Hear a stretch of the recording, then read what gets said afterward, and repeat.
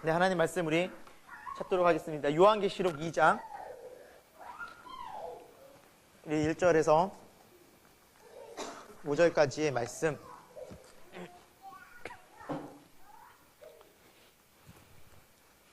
요한계시록 2장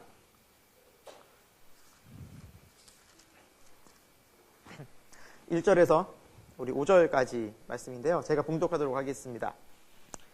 에베소 교회 사자에게 편지하라. 오른손에 있는 7뼈를 붙잡고 7 금조대 사이를 거니시는 이가 이르시되, 내가 내 행위와 수고와 내 인내를 알고 또 악한 자들을 용납하지 아니한 것과 자칭 사도라 하되 아닌 자들을 시험하여 그의 거짓된 것을 내가 드러낸 것과 또 내가 참고 내 이름을 위하여 견디고 게으르지 아니한 것을 아노라.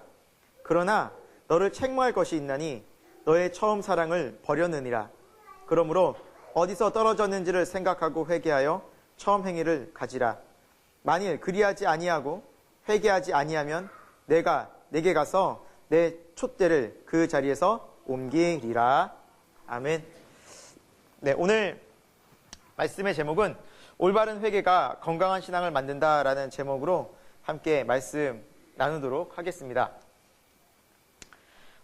독일과 일본은 유사한 점이 있는데요. 그것은 바로 세계 2차 대전에 그때 많은 나라를 괴롭히고 또 이 전쟁을 통해서 이 나라가 굉장히 수많은 사람들을 죽이고 그 나라 사람들도 많이 힘들게 한 그 전쟁에 어떤 다른 나라에 피해를 입힌 그런 전쟁을 치른 그런 나라였다는 것이죠. 그래서 이 나라를 통해서 피해를 입은 나라 중에는 우리나라도 있지 않습니까? 아직도 그 문제들이 해결이 안 됐는데요. 그런데 독일과 일본이 같은 상황 속에서 다른 나라를 괴롭히고 침략한 그 행위들을 지금 역사 속에서 그 모습을 대하는 태도가 확연히 다릅니다. 독일 같은 경우에는 과거에 잘못한 일들을 기억하기 위해서 박물관을 짓고요. 그 나라를 갈 때마다 항상 사죄를 합니다. 그래서 자기네들이 전쟁 피해를 입힌 나라들의 많은 사람들, 나라를 향해서 항상 사죄하는 것에서부터 시작하고 항상 그 메시지를 보내면서 반성을 하고 있습니다. 반면에 일본은 과거의 잘못을 계속 덮어버리고 부인하고 항상 그런 모습을 일관하고 있죠. 그러니까 자연스럽게 다른 나라 가더라도 사죄, 사과의 말은 하지 않습니다. 그 말하는 거 굉장히 꺼려합니다. 대화도 하고 싶지 않아 합니다. 이 말은 최근 이 나라의 총리가 한 말입니다. 우리로 따르면 대통령이죠. 독일의 메르켈 총리는 이렇게 얘기를 했습니다. 독일의 침략 역사를 반성하는 것은 고통스러웠지만 옳았다. 항상 그 이야기와 마음을 갖고 자기 역사의 잘못을 인정하는 거죠. 반면에 아베 총리는 침략에는 정의가 없다. 어느 쪽에서 보느냐에 따라 다르다. 무슨 말일까요? 침략할 수 있다는 거예요. 전쟁 의도 괜찮았다는 그거 이해할 수 있는 거라는 거예요. 침략 당한 나라에서는 그게 이해가 안 되겠지만 침략하는 나라에서는 얼마든지 있을 수 있는 일이었다라는 거죠. 그러니까 과거사에 대한 태도와 모습이 전혀 상반된다는 것이죠. 원인이 무엇일까요? 과거를 자신의 잘못을 대하는 생각과 관점이 다른 것입니다. 그 문제를 깊이 있게 성찰하고 자신의 정말 잘못된 과거가 문제가 무엇인지를 생각하는 사람들과 그 과거를 덮으려고 하고 부인하려고 하고 계속 핑계를 대면서 그 과거를 정면으로 진실하게 대하지 않으려는 사람들의 나라의 다른 모습이라는 거죠. 저는 이 모습 속에서 우리가 회개하는 자세도 이와 비슷하다는 생각을 해봤습니다. 하나님 앞에서 또 우리가 말씀 앞에서 잘못된 길을 갈 때 하나님 우리에게 회개하라고 말씀하십니다. 그런데 회개도 자신의 잘못된 모습을 진실로 정직하게 그 모습 앞에 있을 때 내가 했구나. 정말 내가 잘못했구나. 진정성 있게 느끼면 그 잘못을 고치고 돌아오기가 한결 수월하고 그리고 잘 고쳐질 수 있는데 자신의 과거의 문제들 혹은 잘못된 부분들을 그럴 수도 있지 뭐. 대수롭지 않게 넘기고 그 회개에 대해서 진실한 안타까움을 마음을 가지지 않을 때 우리는 동일한 죄를 계속해서 범하는 것을 보게 된다라는 것이죠. 11월 한 달 제가 감사의 달로 계속해서 설교를 준비할까 하다가 우리가 이 1년이라는 한 해를 마무리하면서 감사할 것도 감사해야 되겠지만 한 해를 돌아보면서 우리를 한번 점검하고 하나님 앞에서 우리의 신앙을 회개할 부분을 회개해야 되지 않을까라는 생각을 또 마음을 하나님께서 주셔서 오늘 말씀의 주제는 바로 회개입니다. 그래서 올바른 회개가 건강한 신앙을 만든다라는 제목으로 함께 이 말씀을 회개에 대한 부분을 살펴볼 텐데요. 기독교는 회개에 대해서 많은 이야기를 하죠. 그런데 이 회개라는 부분이 왜 중요하냐면 단지 잘못을 느끼고 반성하는 것 이상의 의미가 있다는 겁니다. 이 회개의 진정한 의미는 하나님 안에서 우리가 관계가 회복되기를 원하시는 하나님의 뜻이 이 회개에 담겨져 있다는 것이죠. 그러니까 내가 무엇을 잘못해서 고치는 것 차원에서 끝나는 것이 아니라 이 회개를 통해서 하나님과의 다시 진정성 있는 깊은 사랑과 교제의 관계로 하나님은 나오기를 원하신다는 것이죠. 사실 우리가 그렇습니다. 죄가 마음속에 있고 계속해서 하나님이 말씀 가운데 회개하라고 하시는 부분을 회개하지 않을 때 우리 신앙이 결코 기쁘지 않은 것을 느낍니다. 감사가 점점 더 삶에서 이뤄져 가는 것을 느끼고 신앙의 기쁨이 점점 사라집니다. 그래서 다윗도 시편 51편에 주여 나로 이 구원의 즐거움을 회복시켜 주옵소서라고 진실로 회개 기도를 하고 있죠. 그러니까 구원의 즐거움이 없는, 기쁨이 없는 거예요. 이 신앙생활에 기쁨이 없는 거예요. 무엇 때문에? 죄 때문에. 이 죄라는 것이 하나님과의 관계에 있어서 우리를 계속해서 막고 있는 거예요. 그러니까 신앙생활하는 기쁨도 행복도 의미도 점점 사라지면서 생활을 하게 되는 그 원인 중에 하나가 바로 이 죄라는 겁니다. 그래서 하나님 우리가 죄를 회개해라. 회개해라. 그렇게 말씀하신 이유가 바로 여기에 있다라는 것이죠. 진정한 회개는 우리에게 자유와 기쁨과 감사를 회복시키는 줄로 믿습니다. 그래서 하나님은 우리에게 회개하라고 말씀하고 있다라는 것이죠. 오늘 말씀의 본문의 배경이 되는 지역은요, 소아시아 7교회를 향한 예수님의 권면과 말씀이 나옵니다. 이 소아시아 지역은 예수님의 복음이 이제 증거되면서 특히 바울을 통해서 개척이 된 여러 교회들을 포함하고 있는데, 요한 사도가 노년기에 이제 마지막 주님 나라 가기 얼마 안 남겨두고서 반모섬에 유배를 당하게 됩니다. 나머지 제자들은 다 순교를 하게 되고 요한만 반모섬에서 이제 유배지에서 유배를 당하게 되는데요. 그때 주님의 환상과 계시가 요한에게 임하고 요한이 그것을 요한계시록의 기록으로 남기게 됩니다. 그러니까 주님께서 교회를 향한 강력한 권면과 주님의 말씀이 바로 비춰지는 내용이 바로 요한계시록의 이 7개의 교회를 향한 메시지라고 볼 수 있습니다. 특히 오늘 본문 말씀은 에베소 교회를 향한 주님의 메시지입니다. 에베소 교회가 있었던 그 당시 에베소는 무역이 활발하던 교역 국가였습니다.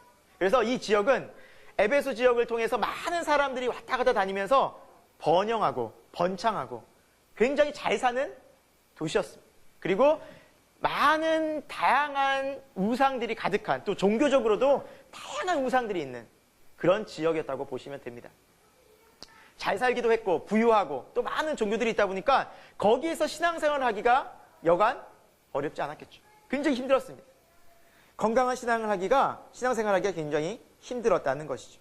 그 교회를 향하신 주님의 메시지가 오늘의 말씀의 내용인데, 주님의 그 명령이 오늘 우리 교회에 대한 말씀이 되었으면 좋겠고 우리 개인에 대한 도전이 되기를 소망하면서 한번 말씀을 보도록 하겠습니다.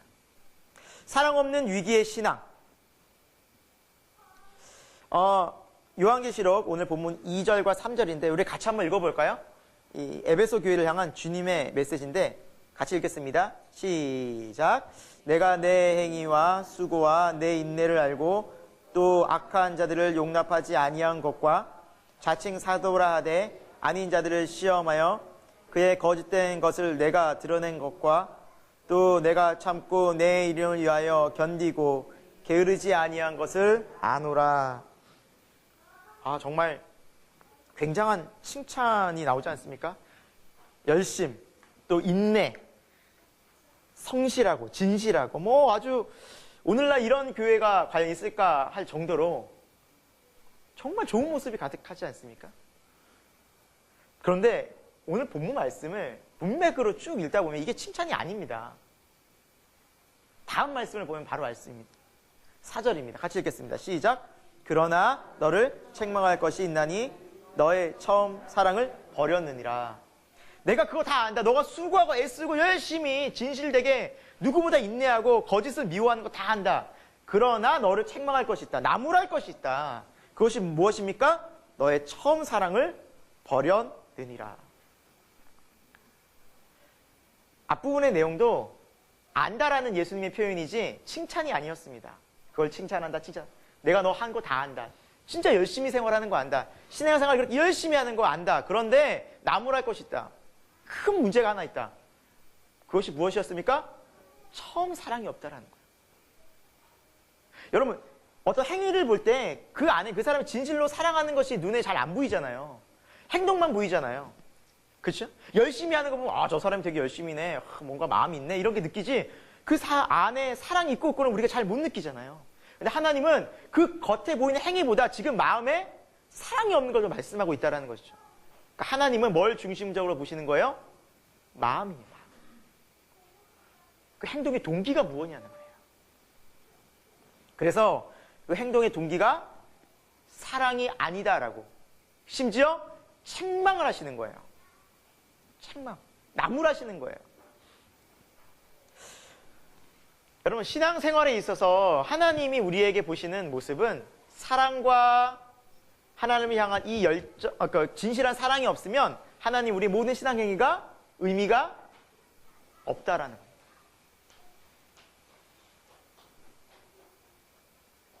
우리 신앙의 가장 베이스와 가장 기본이 바로 하나님을 향한 기쁨과 사랑과 감사가 넘쳐나서 예배에 나오고 헌금을 드리고 성경을 읽고 그리고 또 봉사를 할 때 그것이 진정한 신앙생활이고 구원 받은 자의 모습이라는 거죠.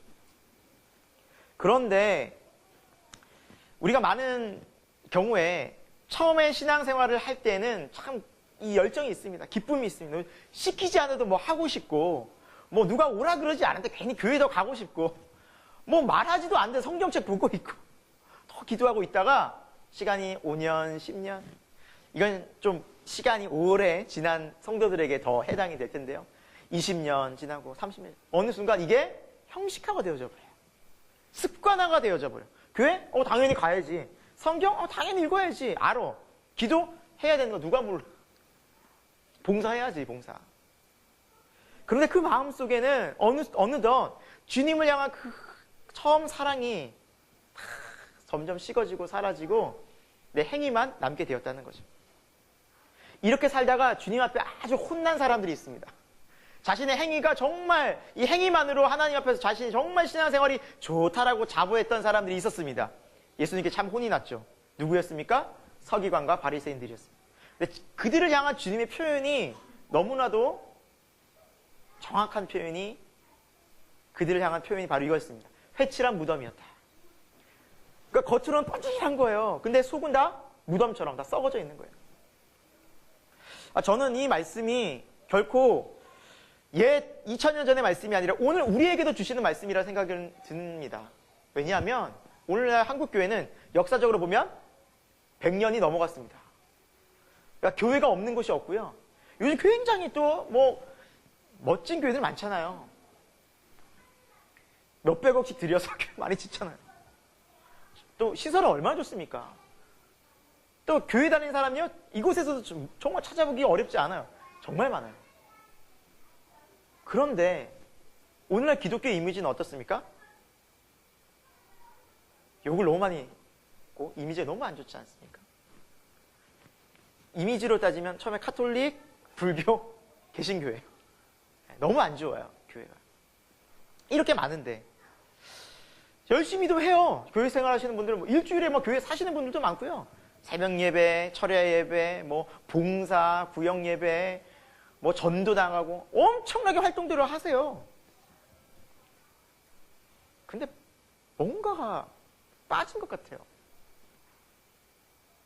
그 안에 뭔가가 이 사랑이 없고 보니까 그 행위들이 점점 더 사람들의 진실된 마음으로 전달되지 못할 뿐더러 하나님도 그것을 기뻐하지 않는 모습들을 보게 된다는 거죠. 사랑이 점점 식어갔다는 거죠. 우리 신앙에 사랑이 없으면 큰 위기가 다가온다는 것은 우리가 진짜 우리 스스로를 돌아보면서 생각해야 될 부분이 아닐 수가 없다는 거죠. 사랑이 어느 정도로 소중한지 오늘 고린도전서에 우리 한번 1절에서 3절까지 읽으면서 천천히 한번 생각해 보면서 한번 읽으시기 바랍니다. 같이 읽겠습니다. 내가 사람의 방언과 천사의 말을 할지라도 사랑이 없으면 소리나는 구리와 울리는 꽹과리가 되고 내가 예언하는 능력이 있어 모든 비밀과 모든 지식을 알고 또 산 옮길 만한 모든 믿음이 있을지라도 사랑이 없으면 내가 아무것도 아니요 내가 내게 있는 모든 것으로 구제하고 또 내 몸을 불사르게 내어줄지라도 사랑이 없으면 내게 아무 유익이 없느니라. 여러분, 우리 신앙행위가 신비스럽고 놀랍고 심지어 너무나 많은 놀라운 사람들이 야 저는 말 너무 잘하네, 야 저렇게 어떻게 청산유수야, 너무나 감동적이네. 그런데 사랑이 없으면 아무것도 아니죠. 아무것도. 저 사람 너무 봉사 열심히 해, 구제하는 거 저 사람은 따라갈 수가 없어. 저 사람이 봉사하는 저거는 뭐 대단해, 상 줘야 돼. 사랑이 없어 아무것도 아니라네. 여러분, 우리 신앙이 어느 순간 좀 그러지 않나요? 우리 교회는 큐티를 하고 또 격려를 하고 독려하고 있습니다. 근데 가끔씩 그런 생각도 있지 않습니까? 오늘 큐티했어. 오늘 나는 좀 할 일 다 한 것 같은 느낌. 그래도 나는 큐티했으니까. 오늘 주일 예배를 드렸어. 한 주간은 또 이제 내 마음대로 좀 살고 싶은. 주일 예배 열심히 드렸으니까 이제 한 주간은 또 내가 삶의 자리에서 하고 싶은 거 하고. 6일은 좀 자유롭고 싶은.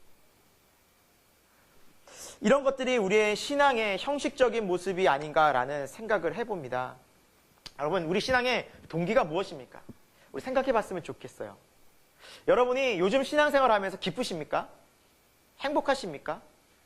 기도하는 게 즐겁고 또 예배 나오는 게 정말 기대가 되고 주님과의 만남이 정말 마음속에서 좋은지 생각해 봐야 된다는 것이죠.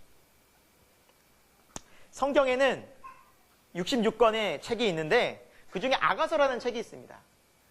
여러분 읽어보신 분들도 계시겠지만 이 아가서가 왜 성경에 있지라는 의문을 가질 수 있습니다. 읽다 보면.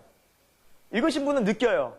왜 성경책에 아가서가 있지? 하나님에 대한 이야기도 안 나오고 뭐 누가 믿음으로 살아가지고 기도해가지고 응답받은 것 체험이 나온 것도 아니고 이 아가서에는 솔로몬과 술람미 여인의 사랑 이야기예요. 그냥 남녀간에 썸 타고 그러다가 결혼하는 이야기예요. 하나님에 대한 이야기가 하나도 없어요. 남녀간의 사랑 이야기예요. 그런데 이 아가서가 성경에 있어요. 전혀 거룩한 것 같지도 않아요. 왜일까요? 왜 하나님은 굳이 66권의 책 중에 수많은 책이 있고 정말 많은 것들이 다른 것들이 있음에도 불구하고 이 아가서를 넣게 하셨을까요? 바로 사랑 때문입니다. 사랑. 아가서에서 말하는 것은요, 남녀 간의 사랑이지만 그 사랑을 통해서도 하나님은 우리와 하나님과의 사랑이, 예수 그리스도와 우리와의 사랑이 그렇다라는 겁니다. 현대인의 성경인데요, 아가서 8장 6절에서 7절입니다. 제가 한번 읽어보겠습니다. 당신은 나를 인장 반지처럼 당신의 마음에 간직하고 도장처럼 당신의 발에 새기세요. 이게 그 술람이 여인이 하는 말이에요. 사랑은 죽음처럼 강하고 질투는 무덤처럼 잔인하여 맹렬한 불처럼 타오릅니다. 많은 불도 사랑의 불을 끌 수 없고 홍수라도 그것을 소멸할 수 없으니 사람이 자기 재산을 다 주고 사랑을 사려 해도 오히려 비웃음만 살 것입니다. 이 여인이 솔로몬을 향해서 고백하는 거예요. 내가 당신을 저렇게 사랑합니다. 우리가 주님을 향하신 사랑이 이런 사랑으로 고백되어질 때 주님과의 정말 사랑 가운데 우리가 구원받은 삶을 살아가고 그 속에서 예배, 기도, 말씀 선교, 그때 주님의 그 깊으신 사랑 속에 우리 신앙은 열매 맺게 된다는 것이죠. 여러분, 사랑을 할 때 나타나는 현상이 무엇입니까? 막을 수가 없어요. 사랑 빠지면 이는 잡을 수가 없어요. 막을 수가 없어요. 감당이 안 됩니다. 감당이 안 됩니다. 전에 제가 저희 아내와 이제 연애를 5년 동안 했습니다. 양가 부모님 다 계시는데. 처음에는 저희 아내의 장인장모님께서 만류를 하셨습니다. 왜냐면 목사의 사모가 된다는 게 여간 어려운 게 아니라서. 근데 저희 아내가 굳고 그걸 뿌리치고 이제 할 수 있다. 저는 다른 마음이 아니라 사랑 때문이 아니었을까. 지금 많이 좀 어렵고 힘들어하지만 그 사랑이 힘이 아니었나라는 생각을 해봅니다. 사랑하는 게 이제 안 보이는 거죠. 그것만 보이는 거죠. 우리가 신앙생활 할 때도 그래요. 현실은 참 어려워요. 되게 답이 안 나오고 답답할 때가 참 많이 있다라는 거죠. 사람들은 야, 너 그러면서도 왜 교회 다니냐?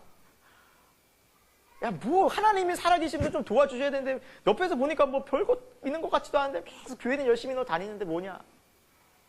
그때 우리의 마음을, 우리의 믿음을 버틸 수 있게 받는 게 무엇입니까? 사랑입니다. 하나님 나를 사랑하고 내가 주님을 사랑해. 이 예배 포기할 수 없고 하나님을 향한 믿음 포기할 수 없고 다른 그 무엇보다 나는 가장 소중해. 그게 사랑이 아닐까요? 그러니까 그 믿음으로 나아가는 자는 끝내 구원에 이르는 하나님의 귀한 열매 맺는 백성이 된다는 것이죠. 여러분, 사랑이 사실은 가장 강력한 힘이 됩니다. 그래서 오늘 말씀에도 사랑은 뭐예요? 이 사랑의 뜨거운 불을 많은 불도 심지어 홍수라도 끌 수 없다라는 표현이, 홍수가 오는데 어떻게 불이 안 꺼져요? 그만큼 강렬하다는 거예요. 주님을 향한 나의 믿음의 고백이, 난 하나님을 예배할 거야. 난 하나님을 믿어. 하나님은 신실하게 나를 도와주셔. 라는 그 믿음의 고백이 세상 사람들이 누가 뭐라 그래도 그 속에서 할 수 있는 그 고백의 가운데는 사랑이 있을 때 이게 가능하다는 거죠. 그 사랑이 있는 자마다 하나님께서 그 긴밀한 사랑 속에 우리 신앙을 견고히 하시고 계속해서 이 사랑 속에서 우리가 신앙이, 믿음이, 예배가, 말씀이, 또 기도가 쌓여져 갈 때 주님 나라 가는 그날까지 흔들리지 않는 굳건한 믿음이 될 줄로 믿습니다. 이 사랑이 없으면 우리의 신앙은, 우리의 마음은 형식주의가 되어져 버린다는 거죠. 아무런 기쁨이 없어요. 신앙생활 하지만 마음에 감동이 없어요. 여러분 어떻습니까? 요즘 예배가 기쁘고 여러분의 신앙생활 속에 이 사랑의 마음이 있으십니까?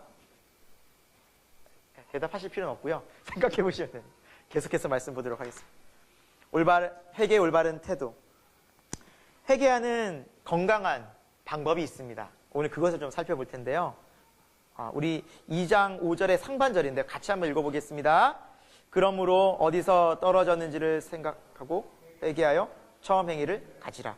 자, 예수님께서 우리에게 하신 말씀은 정말 너무너무 한 말씀이 중요한데 우리가 회개를 생각할 때 조금 오해하는 부분이 있습니다. 회개. 어떤 큰 감동이 밀려오고 이러면 안 될 것 같은 뜨거움이 밀려서 회개될 것 같은데 아니라는 거예요. 회개는 예수님 말씀 보세요. 어디서 떨어졌는지를 뭐 하라고요? 생각하라는 거예요. 회개는 이성적인 관점이 굉장히 큽니다. 하나님 우리에게 이성과 감성을 주셨는데 신앙은 이 두 가지가 균형을 이뤄야 됩니다. 근데 우리가 회개를 감성적으로 생각하시면 안 돼요. 뜨거운 찬양을 막 부르며 주야 주여 내가 불받아서 회개하는 것 아니라는 것이죠. 막 설교의 감동이 막 밀려와가지고 그래 회개하지 않고 견딜 수 없는 그 마음으로 회개하는 것 지금 그 모습이 아닙니다. 생각입니다. 생각은 뭡니까? 이성입니다. 생각해 봐야 돼요. 진짜 깊은 회개는 내가 무엇이 잘못되었는지를 진지하게 고민하고 성찰하는 사람이 진정한 회개를 이룰 수 있다는 거죠. 제 말이 아니죠. 예수님의 말씀이잖아요. 그거 생각하고 회개하라는 거예요. 생각도 없이 회개하지 말라는 겁니다. 왜 그럴까요? 생각을 없이 깊은 성찰 없이 내가 이 문제에 대해서 깊이 반성하는 마음 없이 회개하면 그 습관적으로 그 잘못을 계속 저지릅니다. 그게 안 고쳐져요. 잘 안 고쳐지고 거의 고치기 힘들어요. 왜 그런가 생각해보면 거기에 대한 문제인식이 깊이 없어요. 그래서 회개는 주님이 말씀을 분명히 우리에게 주실 때 딱 주세요. 아, 이러면 안 되는데 라는 생각을 딱 주세요. 오늘 말씀도 그렇죠. 너 처음 사랑을 잃어버렸어. 왜요? 그러면서 내가 생각해보는 어디서 우리가 잘못됐지? 그러니까 주님의 말씀이 드릴 때 그것을 가지고 묵상하면서 진정하게 계속해서 뒤집어 봐야 돼요. 그래야 진정한 회개가 있는 거지. 말씀이 들으는데 아, 그래 잘못했지 하고 그래 하고 대수롭지 않게 여기면 내 삶의 태도는 바뀌지가 않습니다. 그러니까 진정한 회개는 삶이 바뀌는 건데 삶이 안 바뀐다는 것이죠. 제가 어떤 기사를 보다가 되게 좀 감동도 받고 되게 도전도 된 기사가 있는데 한 할아버지가 수십 년간 담배를 피우셨어요. 그런데 이제 손주를 보신 거예요. 얼마나 이쁘겠어요. 갓 태어난 그 손주를 이렇게 안고 맨날 그 생각만 하시는 거예요, 할아버지가. 꿈에도 손주, 그냥 눈 뜨면 손주. 그냥 손주가 보고 싶어서 막 너무너무. 이 할아버지가 신문 기사를 보다 이 기사를 본 거예요. 담배에 대한 기사였어요. 담배에 대한 기사였어요. 근데 그 담배에 대한 기사 중에서도 3차 흡연. 1차는 피는 사람이고요. 2차는 옆에 있는 사람. 필 때 옆에 있는 사람이고 3차는 옆에 있지도 않았어. 그런데 이 핀 사람이 다른 장소에 가서 벌어지는 그 피해입니다. 그게 3차 피해예요. 미국의 로렌스 버클리 국립연구소에서 연구를 해봤는데요. 이 3차 흡연을 통해서도 50종이 넘는 휘발성 물질이 18시간 지속해 있대요. 담배 피는 사람 옆에는. 그리고 니코틴의 영향으로 세포의 유전적인 손상이 일어날 수 있대요. 3차 위험이에요, 이건. 옆에서 피는 사람을 통해서 그 2차 흡연이 아니라 전혀 다른 곳에서, 이 핀 사람이 가서 전혀 다른 곳에서 영향을 미치는 이 흡연, 3차 흡연. 그런데 이게 유전적인 영향도 미친대요. 서울대 강일영 교수는 이런 조사 통계를 냈는데요. 6세에서 11세 어린이 3만 1,584명을 대상으로 했는데, 조사를 했는데, 3차 흡연에 노출된 아이는 부모가 담배를 피우지 않는 아이에 비해서 야간 기침이 20%, 만성 기침이 18%, 연속 발작적 연속 기침 20% 가량이 더 많이 나타나고요. ADHD, 주의력 결핍이죠. 과잉 행동 장애가 다른 학생들에 비해서 약 70% 정도 더 높은 수치를 보였다. 이게 어느 정도의 위험성인지 우리가 눈으로 보지 않아서 잘 모르고 있었지만 굉장한 피해를 입는 거예요. 이거 1차 피해도 아니고 2차 피해도 아니고 3차 피해. 그러니까 1, 2차는 더 크다는 얘기겠죠. 3차니까. 이거 기사를 본 이후에 할아버지가 깜짝 놀랐어요. 바로 담배를 끊어버렸어요. 그날로 담배를 끊었대요. 그날로. 얘 때문에. 내가 얘한테 지금 엄청난 잘못을 하고 있고 아무 사랑스러운 손주를 내가 이렇게 해서 계속해서 아프게 하고 있는 게 지금 자기는 견딜 수가 없는 거예요. 수십 년간 피워왔어요. 그 누구도 막을 수가 없어요. 사랑하는 부인도 부인의 말도 듣지 않았어요. 그 누구의 말도 듣지 않았고 의사 선생님의 말도 듣지 않았고. 근데 자신이 한번 돌이켜 본 거예요. 내가 이러다가 손주에게 악한 영향을 미치면 어떡하. 그게 진정성 있게 다가온 거예요. 뒤집으신 거예요. 그 계기가 된 거예요. 손주를 사랑하는 그 힘이 그걸 극복하게 만든 거예요. 순간 끊어버린 거예요.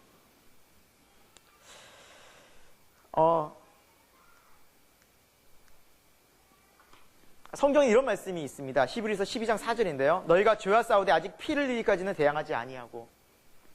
여러분, 우리가 세상 살다 보면 죄악된 습관, 죄악된 생각들, 잘못된 모습들로 살아갈 때가 많은데 사실은 우리가 정말 그것을 고치려고 이겨내려고 피를 흘리기까지 지속적으로 계속해서 멈추지 않고 그것을 대항하고 기도했느냐? 라는 걸 살펴봐야 돼요. 왜 예수님 믿는데 교회 다니는데 왜 난 능력이 없는가? 아니에요. 우리가 능력 없는 행동을 하지 않아서예요. 그 믿음으로 대처하지 않아서 변화가 없었던 것이지 주님의 말씀과 믿음은 능력이 있어요. 그런데 우리가 죄와 싸우려고 하지 않아요. 피를 흘리기까지 대항하지 않아요.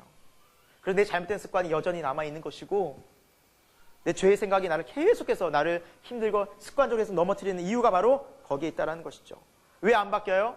우리가 죄에 대해서 이제 대항해야 된다는 것이죠. 회개는 믿음으로 맞서는 겁니다. 하나님의 말씀이 들릴 때 내가 무엇이 잘못됐지?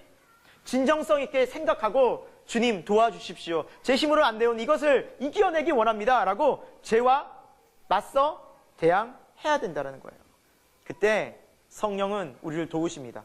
포기하지 않으셨으면 좋겠습니다. 여러분, 우리 죄의 종이 아니라 의의 종이라고 성경 말씀하고 있습니다. 우리가 잘못된 부분들이 분명히 있습니다. 하나님이 우리를 권면하고 너 이거 고쳤으면 좋겠어. 한두 번 얘기하시지 않으실 것입니다. 그런데 이걸 놓치게 되면 어떤 일들이 벌어질까요? 회개의 기회를 놓치게 되면 마지막 회개하지 않는 삶이 가져오는 결과들을 우리가 좀 마지막으로 살펴보고 말씀을 마칠 텐데요. 우리 2장 5절 하반절입니다. 우리 같이 한번 이 만일 그리하지 아니하면부터 한번 그리하지 아니하고부터 한번 읽겠습니다. 시작. 만일 그리하지 아니하고 회개하지 아니하면 내가 내게 가서 내 촛대를 그 자리에서 옮기리라. 네. 이 말씀의 요지는 무엇입니까? 더 이상 하나님께 쓰임받지 못한다라는 겁니다. 네. 더 이상 하나님 앞에 쓰임받지 못한다라는 겁니다. 하나님은 거룩한 백성, 거룩한 교회를 사용하십니다. 네. 우리도 마찬가지입니다. 그러나 하나님 앞에 누가 완벽하고 누가 온전할 수 있겠습니까? 중요한 것은 우리 신앙이 거룩함을 추구하느냐 추구하지 않느냐입니다.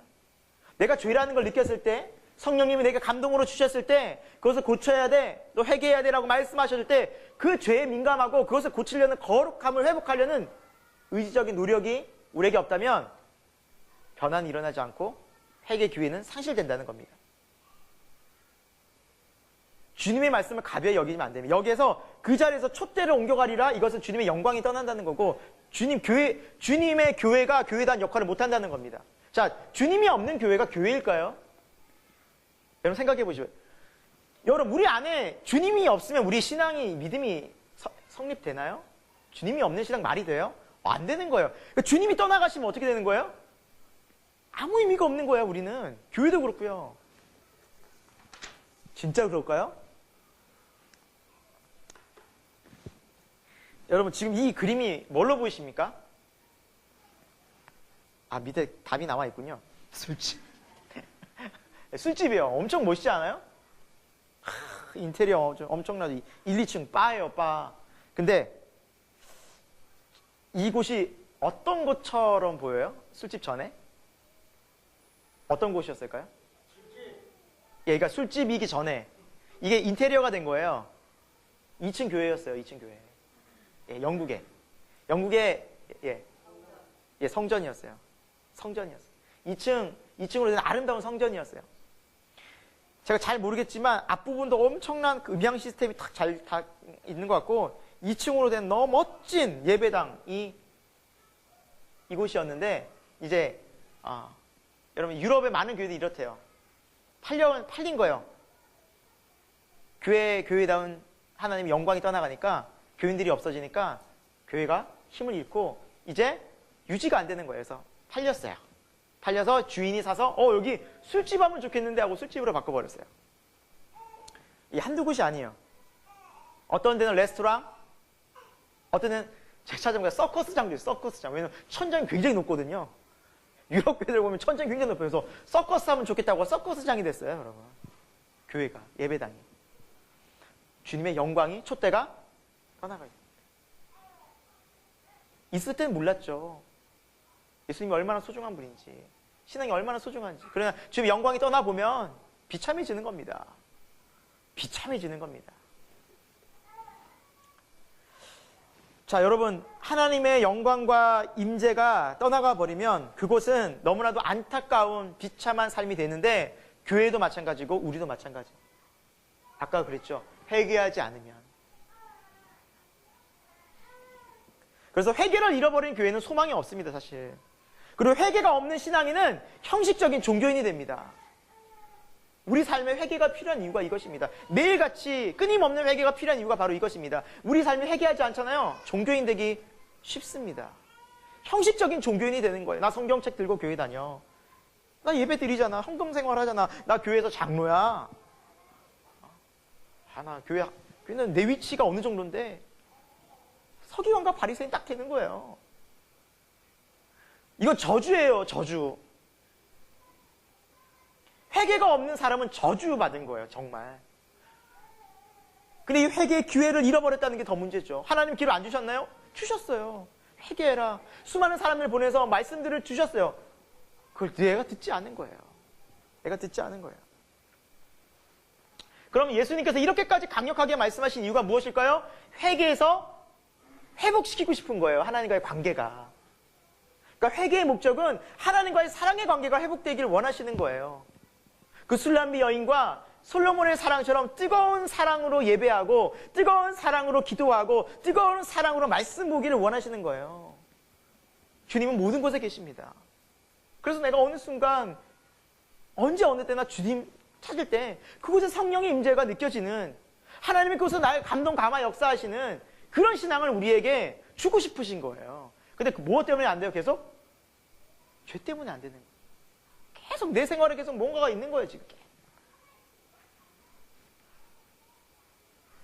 제가 초반에도 말씀드렸다시피 소아시아 7교회 중에 5교회를 향해서 예수님이 회개하라고 말씀하셨어요.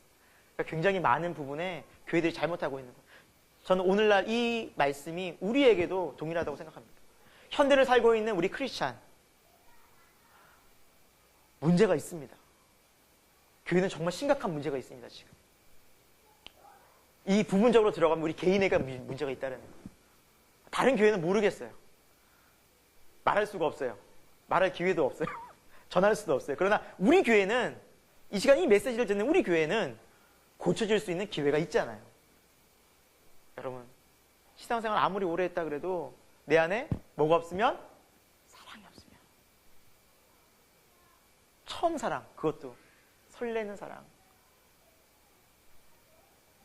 정말 주님을 향한 순수한 마음. 너무 주님이 좋은 거. 그래서 예배하는 거예요. 그래서 막 찬송하는 거예요. 주님 그 사랑을 원하고 계세요. 돈? 아니에요. 11조 100만 원씩 내는 거예요? 아니에요. 주님 돈 부족하지 않아요. 그냥 어느 곳에 있든지 주님의 지성소로 가서 주님 사랑합니다. 주님 감사합니다 라고 할 때 그 자리가 하는 영광 받으신 예배 자리가 되는 겁니다.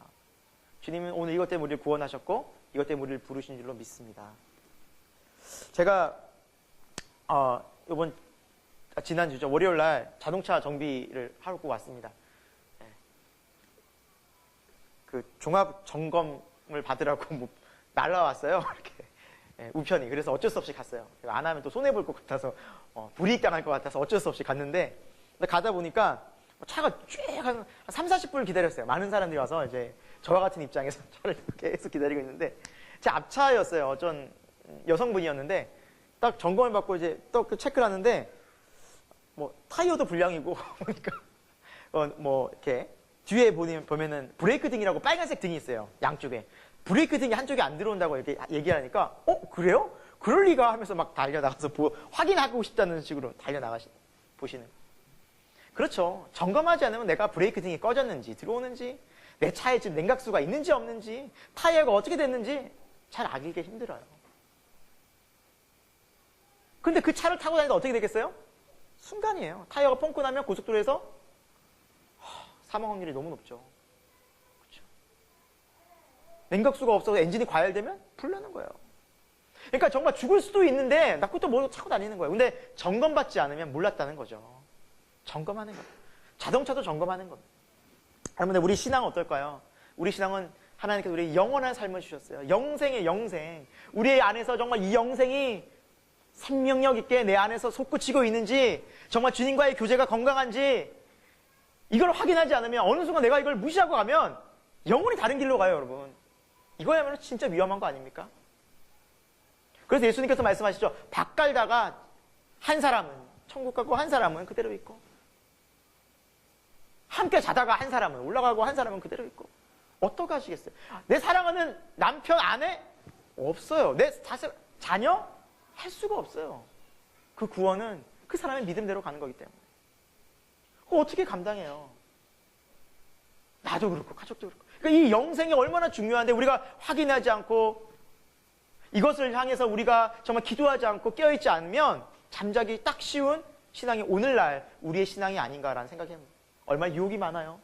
얼마나 우리를 넘어뜨리려고 사단은 곳곳에서 우리를 날마다 유혹해요. 여러분, 깨어있기 위해서 우리는 믿음의 신앙의 점검을 받아야 되는데 주님이 말씀하실 때 회개할 수 있기를 소망합니다. 이 회개를 통해서 진정한 하나님과의 관계가 회복될 것입니다. 그리고 여러분, 그 죄의 부분 맞서야 돼요. 이제 회피하면 안 돼요. 죄를 못 이깁니다. 그러면 계속해서 그 죄에 계속해서 지배를 당하고, 믿음으로 맞서는 사람은 믿음으로 이겨내는 승리의 기쁨을 맛보고 주님이 함께하는 믿음의 능력이 무엇인지를 주님 보여줄 줄로 믿습니다. 우리 교회가 죄를 이기고 정말 마음 내서 이렇게 회개의 기쁨이 회복되어지는 그러한 저와 여러분이 되기를 간절히 소망합니다.